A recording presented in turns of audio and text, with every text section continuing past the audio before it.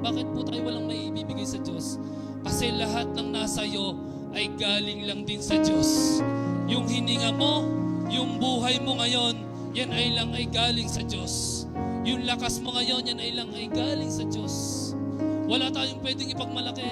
Wala tayong pwedeng sabihin na ito'y galing sa katalinuhan ko. Ito'y galing sa lakas ko. Wala tayong pwedeng ipagmalaki sa atin. Hindi dahil sa yaman natin.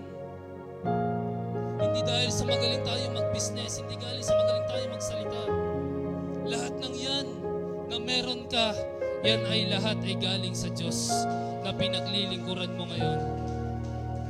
Grabe, everlasting ang ating Diyos. Mapagpatawad, mapagmahal. God who formed us.